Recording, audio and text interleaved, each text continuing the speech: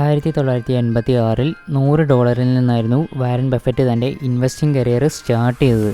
എന്നാൽ ഇപ്പോൾ 2021 അദ്ദേഹത്തിൻ്റെ നെറ്റ് വർത്ത് എന്ന് പറയുന്നത് $100 ബില്യൺ ആണ്. സ്റ്റോക്ക് മാർക്കറ്റിൽ സക്സീഡ് ചെയ്ത ഒരുപാട് വ്യക്തികളുണ്ട്, എങ്കിൽ പോലും ഇത്രയും സക്സീഡ് ചെയ്ത മറ്റൊരു വ്യക്തിയില്ല. എങ്കിൽ പിന്നെ വാരൻ ബഫറ്റ് എങ്ങനെയാണ് ഇൻവെസ്റ്റ് ചെയ്തുകൊണ്ടിരുന്നത്, അദ്ദേഹത്തിൻ്റെ മെത്തേഡ്സ് എന്തൊക്കെയായിരുന്നു, അദ്ദേഹത്തിൻ്റെ ഐഡിയോളജീസ് എന്തൊക്കെയായിരുന്നു, ഈ കാര്യങ്ങളെല്ലാം അറിയാനായിട്ടുള്ള ഒരു ക്യൂരിയോസിറ്റി ഉണ്ടായിരിക്കും ഏതൊരു ഇൻവെസ്റ്റർക്കും. ഒരുപാട് പൈസ ഉണ്ടാക്കാനായിട്ട് സാധിച്ചിട്ടുണ്ടെങ്കിലും വളരെയധികം താഴ്ന്നു ജീവിക്കുന്ന ഒരു വ്യക്തിയാണ് വാരൻ ബഫറ്റ്. അദ്ദേഹം പറയുന്നുണ്ട്, നിങ്ങളും ഞാനും തമ്മിൽ യാതൊരുവിധ വ്യത്യാസവുമില്ല, എനിക്ക് സാധിക്കുമെങ്കിൽ അത് നിങ്ങൾക്കും സാധിക്കുമെന്ന്. എങ്കിൽ പിന്നെ ഇവിടെ മനസ്സിലാക്കേണ്ടത് അദ്ദേഹത്തിൻ്റെ മെത്തേഡ്സ് ആണ്. ഇത്രയും അധികം വർഷങ്ങൾ കൊണ്ട് അദ്ദേഹം ഇൻവെസ്റ്റ് ചെയ്ത കമ്പനീസ് ഏതൊക്കെയാണ്, ഈ കമ്പനീസ് എല്ലാം തന്നെ നല്ലപോലെ പെർഫോം ചെയ്യുമെന്ന് അദ്ദേഹത്തിന് മനസ്സിലാക്കാനായിട്ട് സാധിച്ചത് എങ്ങനെയാണ്. ഏറ്റവും ഇമ്പോർട്ടൻ്റ് ആയിട്ട് മറ്റുള്ള ഇൻവെസ്റ്റേഴ്സിൽ നിന്നും ഇദ്ദേഹത്തെ വ്യത്യസ്തനാക്കുന്ന അദ്ദേഹത്തിൻ്റെ ഐഡിയാസ് എന്തൊക്കെയാണ്, അദ്ദേഹത്തിൻ്റെ പ്ലാൻസ് എന്തൊക്കെയായിരുന്നു, ഈ കാര്യങ്ങളെല്ലാം തന്നെ നമുക്കൊന്ന് പ്രോപ്പറായിട്ട് അനലൈസ് ചെയ്യാം. നമുക്കറിയാം, സ്റ്റോക്ക് മാർക്കറ്റ് എന്ന് പറയുന്നത് വളരെ എളുപ്പത്തിൽ പൈസ ഉണ്ടാക്കാനായിട്ട് സാധിക്കുന്ന ഒരു സ്ഥലമല്ല. 99% ആളുകൾക്കും FD റിട്ടേൺസിനേക്കാൾ കൂടുതൽ റിട്ടേൺസ് ക്രിയേറ്റ് ചെയ്യാനായിട്ട് സ്റ്റോക്ക് മാർക്കറ്റിൽ സാധിക്കുന്നില്ല. ഭൂരിഭാഗം ആളുകളും ലോസിലായിരിക്കും ഇറങ്ങിപ്പോവുക. സ്റ്റോക്ക് മാർക്കറ്റിൽ എല്ലാവരും ചെയ്യുന്നത് ഒരേ ഒരു കാര്യമാണ്, കറക്റ്റായിട്ടുള്ള സ്റ്റോക്സ് പിക്ക് ചെയ്യുക. ഏതെല്ലാം സ്റ്റോക്സിനാണോ ഫ്യൂച്ചറിൽ പ്രോഫിറ്റ്സ് ജനറേറ്റ് ചെയ്യാനായിട്ട് സാധിക്കുമെന്നുള്ള പ്രോബബിലിറ്റി ഉള്ളത് ആ സ്റ്റോക്സ് സെലക്ട് ചെയ്യുക.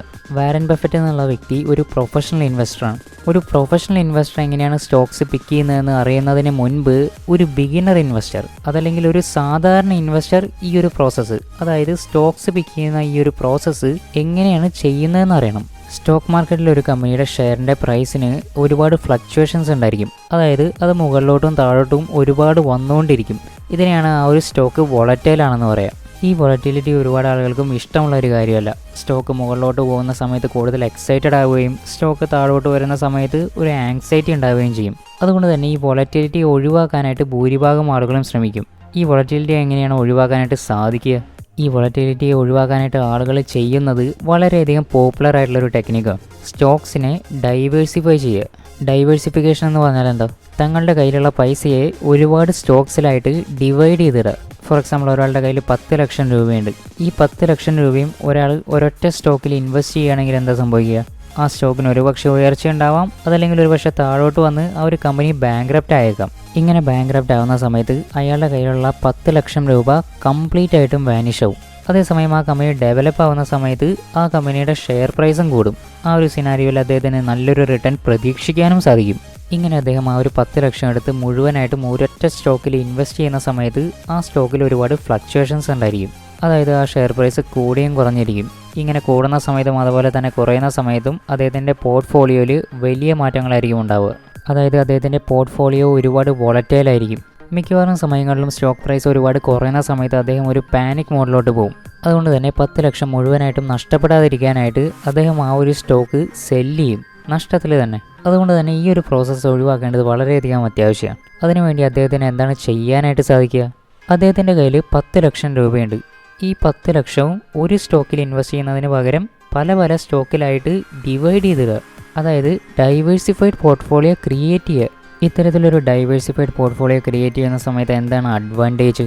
ഒരിക്കലും അദ്ദേഹത്തിന് മുഴുവൻ പൈസയും നഷ്ടപ്പെടാനായിട്ട് പോകണില്ല. 10 ലക്ഷവും ഒരിക്കലും അദ്ദേഹത്തിന് നഷ്ടപ്പെടാനായിട്ട് പോകണില്ല. ഫോർ എക്സാമ്പിൾ, 10,000 രൂപയാണ് അദ്ദേഹം ഒരു സ്റ്റോക്കിന് വേണ്ടി ഡിവോട്ട് ചെയ്യാനായിട്ട് തീരുമാനിച്ചത്. ഒരു സ്റ്റോക്ക് 10,000 രൂപയ്ക്ക് വാങ്ങുന്ന സമയത്ത് 10 ലക്ഷത്തിന് അദ്ദേഹത്തിന് 100 സ്റ്റോക്സ് വാങ്ങാനായിട്ട് സാധിക്കും. ഈ 100 സ്റ്റോക്സും ഒരുമിച്ച് ബാങ്ക്രപ്റ്റ് ആവുന്ന സമയത്ത് മാത്രമായിരിക്കും അദ്ദേഹത്തിന് 10 ലക്ഷവും നഷ്ടപ്പെടാനായിട്ട് പോകുന്നത്. അങ്ങനെ സംഭവിക്കാനായിട്ടുള്ള പോസിബിലിറ്റി എത്രത്തോളം ഉണ്ട്? Almost zero. അതായത് അദ്ദേഹത്തിൻ്റെ ലോസിന് മേൽ ഇപ്പോൾ അദ്ദേഹത്തിന് ഒരു കൺട്രോൾ ഉണ്ട്.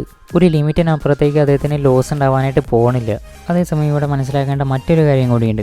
ഇതിനു മുൻപ് അദ്ദേഹം ഒരു സ്റ്റോക്ക് മാത്രമായിട്ട് ഓൺ ചെയ്യുന്ന സമയത്ത് അദ്ദേഹത്തിൻ്റെ പോർട്ട്ഫോളിയോ ഒരുപാട് വോളറ്റൈലായിരുന്നു. അതായത് ഒരുപാട് അപ്പ് ആൻഡ് ഡൗൺ മൂവ്മെൻറ്റ്സ് ഉണ്ടായിരിക്കും. ഇപ്പോൾ അദ്ദേഹത്തിൻ്റെ പോർട്ട്ഫോളിയോയിൽ 100 സ്റ്റോക്സ് ഉണ്ട്.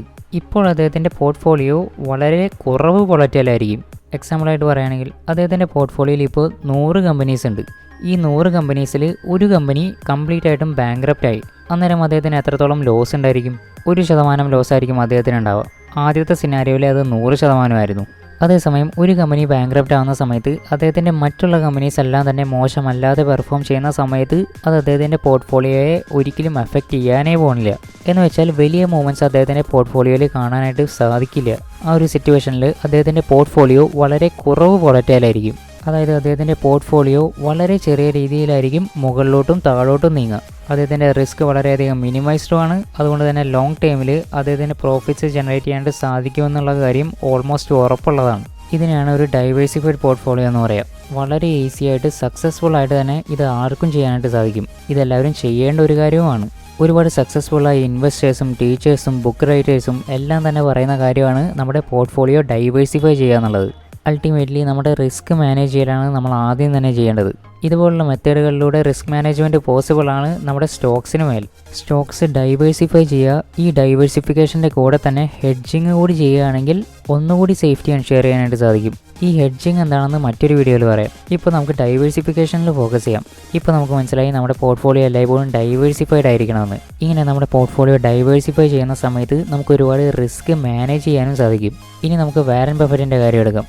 അദ്ദേഹം എങ്ങനെയാണ് സ്റ്റോക്സ് വിൽക്കുന്നത് ചെയ്യുന്നത്? അദ്ദേഹത്തിൻ്റെ പോർട്ട്ഫോളിയോ ഡൈവേഴ്സിഫൈഡ് ആണോ? നേരത്തെ എക്സാമ്പിളിൽ നമ്മൾ 10 ലക്ഷം യൂസ് ചെയ്തുകൊണ്ട് 100 സ്റ്റോക്സ് വാങ്ങുന്ന കാര്യമാണ് പറഞ്ഞത്. എന്നാൽ വാരൻ ബഫറ്റിൻ്റെ കാര്യം എടുക്കുകയാണെങ്കിൽ അദ്ദേഹം ഒരേ സമയം 15 സ്റ്റോക്സിന് മീതെ അദ്ദേഹത്തിൻ്റെ പോർട്ട്ഫോളിയോയിൽ കീപ്പ് ചെയ്യാറില്ല. എന്ന് വെച്ചാൽ അദ്ദേഹത്തിൻ്റെ പോർട്ട്ഫോളിയോ ഡൈവേഴ്സിഫൈഡ് അല്ല. ഒരുപാട് സക്സസ്ഫുള്ളായ ഇൻവെസ്റ്റേഴ്സ് ഡൈവേഴ്സിഫൈഡ് പോർട്ട്ഫോളിയോ ക്രിയേറ്റ് ചെയ്യുന്ന സമയത്ത് ഏറ്റവും സക്സസ്ഫുള്ളായ ഇൻവെസ്റ്റർ ഡൈവേഴ്സിഫൈഡ് പോർട്ട്ഫോളിയോ അല്ല ക്രിയേറ്റ് ചെയ്യുന്നത്. എങ്കിൽ പിന്നെ അതിൻ്റെ കാര്യം എന്താണെന്ന് അറിയേണ്ടത് അത്യാവശ്യമല്ലേ? ആദ്യം തന്നെ പറയാം, ഡൈവേഴ്സിഫൈഡ് പോർട്ട്ഫോളിയോ ക്രിയേറ്റ് ചെയ്യുന്നതിൽ യാതൊരുവിധ മിസ്റ്റേക്കും ഇല്ല. ഇതാർക്കും വളരെ എളുപ്പത്തിൽ ചെയ്യാനായിട്ട് സാധിക്കുന്ന ഒരു കാര്യമാണ്. എന്നാൽ ഏറ്റവും സക്സസ്ഫുള്ളായ ഇൻവെസ്റ്റർ എന്തുകൊണ്ടാണ് അത് ചെയ്യാത്തതെന്ന് അറിയേണ്ടത് വളരെയധികം അത്യാവശ്യമാണ്. മനസ്സിലാക്കേണ്ട കാര്യം എന്താണെന്നാൽ എല്ലാവർക്കും ആപ്ലിക്കബിൾ ആയിട്ടുള്ള റൂൾ ഫോളോ ചെയ്തുകൊണ്ട് ഒരിക്കലും ഒരാൾക്ക് ഡിഫറെൻ്റ് ആവാനായിട്ട് സാധിക്കില്ല. ഒരിക്കലും ഒരാൾക്കും യുണീക്ക് ആവാനും സാധിക്കില്ല.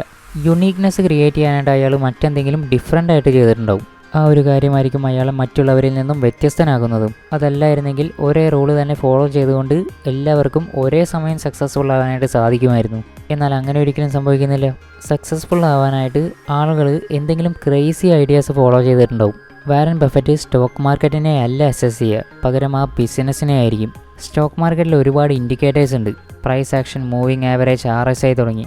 എന്നാൽ ഈ ഇൻഡിക്കേറ്റേഴ്സ് എല്ലാം തന്നെ കംപ്ലീറ്റ്ലി യൂസ്ലെസ് ആണ് വാല്യൂ ഇൻവെസ്റ്റിങ്ങിന് മുന്നിൽ. എന്താണ് വാല്യൂ ഇൻവെസ്റ്റിംഗ്? സ്റ്റോക്ക് മാർക്കറ്റിനെ നമുക്ക് 2 രീതിയിൽ അനലൈസ് ചെയ്യാനായിട്ട് സാധിക്കും. ഒന്ന് ഫണ്ടമെൻ്റൽ അനാലിസിസ്, മറ്റൊന്ന് ടെക്നിക്കൽ അനാലിസിസ്. ടെക്നിക്കൽ അനാലിസിസിൽ നമ്മൾ നോക്കുന്നത് പല ഇൻഡിക്കേറ്റേഴ്സ് ആയിരിക്കും. ഈ ഇൻഡിക്കേറ്റേഴ്സിൻ്റെ മൂവ്മെൻറ്റ്സിനനുസരിച്ച് നമ്മൾ ആ സ്റ്റോക്കിൻ്റെ മൂവ്മെൻറ്റും പ്രെഡിക്റ്റ് ചെയ്യുകയാണ് ചെയ്യുക. ഇത് ചെയ്യുന്നത് ഷോർട്ട് ടൈം ട്രേഡേഴ്സ് ആയിരിക്കും, അതായത് ഇൻട്രാഡേയോ സ്വിംഗ് ട്രേഡോ എല്ലാം ചെയ്യുന്നവർ. ഈ ഇൻഡിക്കേറ്റേഴ്സ് യൂസ് ചെയ്തുകൊണ്ട് സ്റ്റോക്കിൻ്റെ മൂവ്മെൻറ്റിനെ കുറിച്ച് വാഗ് ആയിട്ടുള്ള ഒരു ഐഡിയ ക്രിയേറ്റ് ചെയ്യാനായിട്ട് സാധിക്കും. ഒരിക്കലും ഇത് എക്സാക്റ്റ് ആയിരിക്കില്ല, എങ്കിലും ഏതാണ്ട് ഒരു ഐഡിയ ക്രിയേറ്റ് ചെയ്യാം. ഈ ഇൻഡിക്കേറ്റേഴ്സിൻ്റെ ബേസിസിലായിരിക്കും നമ്മൾ സ്റ്റോക്ക് മാർക്കറ്റിലേക്ക് പൈസ ഇറക്കുന്നുണ്ടാവുക. ഇതിനാണ് ടെക്നിക്കൽ അനാലിസിസ് എന്ന് പറയുക. ഇപ്പോൾ തന്നെ മനസ്സിലായി കാണും ഇത് എത്രത്തോളം ആക്യുറേറ്റ് ആണെന്ന്. ഇനി മറ്റൊരു ടൈപ്പ് അനാലിസിസ് ആണ് ഫണ്ടമെൻ്റൽ അനാലിസിസ്. ഈ ഒരു പ്രോസസ്സിൽ നമ്മൾ ആ കമ്പനിയെക്കുറിച്ച് മൊത്തത്തിലൊന്ന് പഠിക്കുകയാണ് ചെയ്യുക. ഇതിനെ ഒരുപാട് കോംപ്ലിക്കേറ്റഡ് പ്രോസസ്സായിട്ടാണ് കരുതി വെച്ചിരിക്കുന്നത്. അതുകൊണ്ടാണ് ആളുകൾ നേരെ ടെക്നിക്കൽ അനാലിസിസിലേക്ക് കടക്കുന്നത്. അവിടെ കാര്യങ്ങൾ കൂടുതൽ എളുപ്പമാണ്. അതിലേക്കെല്ലാം കടക്കുന്നതിന് മുൻപ് ഇവിടെ പ്രധാനപ്പെട്ട ഒരു ചോദ്യമുണ്ട്. എന്തുകൊണ്ടാണ് വാരൻ ബഫറ്റ് തൻ്റെ പോർട്ട്ഫോളിയോ ഡൈവേഴ്സിഫൈ ചെയ്യാത്തതെന്ന്? ഒരു കാര്യം നമുക്ക് ക്ലിയർ ആയിട്ട് മനസ്സിലായി, അതായത് ഡൈവേഴ്സിഫൈ ചെയ്യുന്ന സമയത്ത് നമ്മൾ നമ്മുടെ റിസ്ക് കുറയ്ക്കുകയാണെന്ന്. എന്നാൽ ഇവിടെ മനസ്സിലാക്കേണ്ട കാര്യം എന്താണെന്നാൽ ഇതുപോലെ റിസ്ക് കുറയ്ക്കുന്ന സമയത്ത് നമ്മൾ നമ്മുടെ റിവാർഡും കുറയ്ക്കുകയാണ് ചെയ്യുന്നത്. നമ്മൾ 100 കമ്പനിയുടെ സ്റ്റോക്സ് ഹോൾഡ് ചെയ്യുന്നുണ്ടെങ്കിൽ ഒരു കമ്പനി കംപ്ലീറ്റ് ആയിട്ടും ബാങ്ക്രപ്റ്റ് ആവുന്ന സമയത്ത് നമുക്കുണ്ടാകുന്ന ലോസ് എന്ന് പറയുന്നത് 1% മാത്രമായിരിക്കും. എന്നാൽ ഒരു കമ്പനി പ്രോപ്പറായിട്ടുള്ളൊരു അപ്പ് മൂവ്മെൻറ്റ് നടത്തുന്ന സമയത്ത് നമ്മുടെ റിവാർഡും അവിടെ കുറയാണ് ചെയ്യുന്നത്. കാരണം എന്താ? കാരണം ആ ഒരു സ്റ്റോക്കിൽ കാര്യമായിട്ടുള്ളൊരു ഇൻവെസ്റ്റ്മെൻറ്റ് നമ്മൾ നടത്തിയിട്ടില്ല. എന്നാൽ നമ്മൾ നമ്മുടെ പൈസ നമുക്കൊന്നും തന്നെ അറിയാത്ത 100 സ്റ്റോക്സിൽ ഡിവൈഡ് ചെയ്തിട്ടിരിക്കുകയാണ്. ഫ്യൂച്ചറിൽ എല്ലാം മുകളിലോട്ട് പോകുമെന്നുള്ള എക്സ്പെക്റ്റേഷനോടുകൂടി. നമ്മളിവിടെ പറയുന്നത് 10 ലക്ഷം കൊണ്ട് 100 സ്റ്റോക്സ് വാങ്ങുന്ന കാര്യമാണ്. വാരൻ ബഫറ്റിന് 100 സ്റ്റോക്സ് വാങ്ങാമെന്ന് പറഞ്ഞാൽ അതൊന്നും തന്നെയല്ല. എങ്കിൽ പോലും അദ്ദേഹം ഹോൾഡ് ചെയ്യുന്നത് 15 സ്റ്റോക്സ് മാത്രമാണ്. അദ്ദേഹത്തിൻ്റെ ആ ഒരു പ്രോസസ്സിനോടുള്ള ഡിസിപ്ലിൻ എത്രത്തോളം ഉണ്ടെന്ന് നമ്മൾ ശരിക്കും ഒന്ന് മനസ്സിലാക്കേണ്ട കാര്യമാണ്. ഒരു കാര്യം കൂടി നമ്മളിവിടെ തിരിച്ചറിയണം, ഡൈവേഴ്സിഫൈ ചെയ്യുന്ന സമയത്ത് ഒരിക്കലും വലിയൊരു ലോസ് നമ്മുടെ പോർട്ട്ഫോളിയോയിൽ കാണാനായിട്ട് സാധിക്കില്ല. എന്നാൽ വളരെ കുറച്ച് സ്റ്റോക്സ് ഹോൾഡ് ചെയ്യുന്ന സമയത്ത് കാര്യം അങ്ങനെയല്ല. പലപ്പോഴും വളരെ വലിയ ലോസസ് ആയിരിക്കും നമ്മുടെ പോർട്ട്ഫോളിയോയിൽ കാണാനായിട്ട് സാധിക്കുക. ആ ഒരു സമയത്തെല്ലാം തന്നെ നമ്മൾ നമ്മുടെ റൂൾസിനോട് സ്റ്റിക്ക് ചെയ്ത് നിൽക്കണം. വാല്യൂ ഇൻവെസ്റ്റിങ്ങിൽ നമ്മൾ ബൈ ചെയ്യുന്ന സ്റ്റോക്സ് എല്ലാം തന്നെ ഫ്യൂച്ചറിൽ മൾട്ടിപ്പിൾ ടൈംസ് ഗ്രോ ചെയ്യുമെന്ന് നമുക്ക് ഉറപ്പുള്ള സ്റ്റോക്സ് ആയിരിക്കും. ഈ ഒരു ഉറപ്പുള്ളത് കൊണ്ട് തന്നെ ഷോർട്ട് ടൈമിൽ ഉണ്ടാകുന്ന ഫ്ലക്ച്വേഷൻസിന് മേൽ അദ്ദേഹത്തിന് യാതൊരുവിധ ഇൻഫ്ലുവൻസും ഉണ്ടായിരിക്കില്ല. കാരണം അദ്ദേഹം വിശ്വസിക്കുന്ന കാര്യം എന്താണെന്നാൽ ശരിയായ ബിസിനസ്സിനെ ആളുകൾ എല്ലായ്പ്പോഴും തിരിച്ചറിയുമെന്നാണ്. ഫ്യൂച്ചറിൽ അതുപോലുള്ള കമ്പനീസിന് ഗ്രോത്ത് ഉണ്ടാകുമെന്നും അദ്ദേഹത്തിന് അറിയാം. ഇവിടെ നമ്മൾ മറ്റ് ചില ഫാക്ടേഴ്സ് കൂടി തിരിച്ചറിയേണ്ടതുണ്ട്. ഒരു ഡൈവേഴ്സിഫൈഡ് പോർട്ട്ഫോളിയോ ക്രിയേറ്റ് ചെയ്യുന്ന സമയത്ത് ആ ഒരു പ്രോസസ്സ് കുറച്ചൊന്ന് കോസ്റ്റ്ലിയാണ്. ബ്രോക്കറേജ്, ട്രാൻസാക്ഷൻ ഫീസ്, ടാക്സ് തുടങ്ങി ഒരുപാട് പൈസ നമ്മുടെ കയ്യിൽ നിന്ന് തന്നെ പോകും. അതേസമയം സ്റ്റോക്സിൻ്റെ എണ്ണം കുറയ്ക്കുന്ന സമയത്ത് നമുക്ക് ഇതുപോലുള്ള ഫീസ് മാനേജ് ചെയ്യാൻ സാധിക്കും. ഇങ്ങനെ ചില അഡ്വാൻറ്റേജസ് ഉണ്ട് നമ്മുടെ പോർട്ട്ഫോളിയോ ഡൈവേഴ്സിഫൈഡ് അല്ലെങ്കിൽ. കൂടുതൽ കോസ്റ്റ്ലി ആയിട്ടുള്ള ഒരു പോർട്ട്ഫോളിയോ റൺ ചെയ്യുന്നത് പലർക്കും പ്രോഫിറ്റബിൾ ആയിട്ടുള്ള ഒരു കാര്യമായിരിക്കില്ല. കൂടുതൽ ആളുകൾക്കും പ്രോഫിറ്റ് ജനറേറ്റ് ചെയ്യാനായിട്ട് സാധിക്കാത്തതിൻ്റെ കാരണം ഒരുപക്ഷെ ഇതുപോലുള്ള കൂടിയ ബ്രോക്കറേജസ് ആയിരിക്കാം. അടുത്ത പോയിന്റ് എന്താണെന്നാൽ ഒരു ഡൈവേഴ്സിഫൈഡ് പോർട്ട്ഫോളിയോയിൽ നമ്മുടെ ആനുവൽ റിട്ടേൺ കമ്പാരിറ്റീവ്ലി കുറവായിരിക്കും. ഫോർ എക്സാമ്പിൾ നിഫ്റ്റി 50യുടെ കാര്യം എടുക്കാം. ഇവിടെ ആക്ച്വലി നമ്മൾ കാണുന്നത് ഒരു ഡൈവേഴ്സിഫൈഡ് പോർട്ട്ഫോളിയോൻ്റെ ഗ്രാഫാണ്. കാരണം എന്താ, ഈ ഗ്രാഫിൽ ഇൻക്ലൂഡ് ചെയ്തിട്ടുള്ളത് നിഫ്റ്റിയിലെ 50 ഹെവി വെയ്റ്റ് സ്റ്റോക്സിൻ്റെ പെർഫോമൻസ് ആണ്. അതായത് 50 സ്റ്റോക്സിൻ്റെ അഗ്രിഗേറ്റ് ആണ് ഈ ഗ്രാഫ്. ഇവിടെ നോക്കി കഴിഞ്ഞാൽ മനസ്സിലാവും 2008 ക്രാഷിന് മുൻപ് നിഫ്റ്റി 50 നിൽക്കുന്നുണ്ടായിരുന്നത് 6200-ലായിരുന്നു. ഇപ്പോഴത് 15600-ലാണ് നിൽക്കുന്നത്. റഫ്ലി 2.5 ടൈംസാണ് ഇതിൻ്റെ മൂവ്മെൻറ്റ് നടന്നിട്ടുള്ളത് 13 വർഷം കൊണ്ട്. ഇതിൽ നിന്ന് നമുക്ക് റഫ്ലി ഒരു ഐഡിയ എടുക്കാനായിട്ട് സാധിക്കും. അതായത് 13 വർഷം കൊണ്ട് ഒരു ഡൈവേഴ്സിഫൈഡ് പോർട്ട്ഫോളിയോ ക്രിയേറ്റ് ചെയ്ത ഒരാൾക്ക് ലഭിക്കാവുന്ന റിട്ടേൺ എന്ന് പറയുന്നത് 2.5 ടൈംസ് ആയിരിക്കും. അതായത് ആ 10 ലക്ഷം ഇൻവെസ്റ്റ് ചെയ്ത ആൾക്ക് റിട്ടേൺ ആയിട്ട് ലഭിക്കുക 25 ലക്ഷമായിരിക്കും 13 വർഷത്തിന് ശേഷം. ഇതൊരു റഫ് ഐഡിയയാണ്. കൃത്യസമയത്ത് എക്സിറ്റ് ചെയ്തുകൊണ്ട് പ്രോഫിറ്റ് കൂട്ടാനും സാധിക്കും. എങ്കിലും ഒരു ഡൈവേഴ്സിഫൈഡ് പോർട്ട്ഫോളിയോൻ്റെ റേഞ്ച് നമ്മൾ മനസ്സിലാക്കണം.